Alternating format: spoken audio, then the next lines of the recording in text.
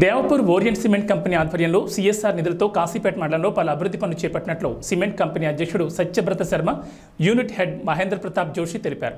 మండలంలోని ప్రాథమిక ఆరోగ్య కేంద్రానికి ECG machine, wheelchair stretcher, 10 BP మిషన్లు, ఆర్ఓఆర్ ప్లాంట్ ఇవ్వడం జరిగిందని తెలిపారు. దేవాపూర్ గ్రామ పంచాయతీ పరిధిలో గల గవర్నమెంట్ వెల్నెస్ సెంటర్కు కావాల్సిన వస్తువులు ఇచ్చినట్లు తెలిపారు. అంతేకాకుండా బెల్లంపల్లిలో అమ్మ అనాథ ఆశ్రయం వారికి సామగ్రి ఇచ్చినట్లు తెలిపారు.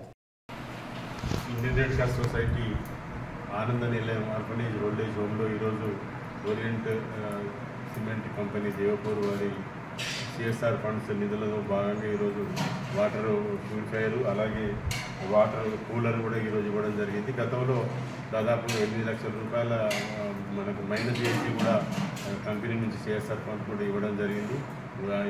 మాకు అదే కాకుండా కిరాణా సామాను కూడా చాలా పెద్ద మొత్తంలో 3 లక్షల రూపాయల విలువైన గ్రాసరీ ఐటమ్స్ కూడా ఇవ్వడం జరిగింది.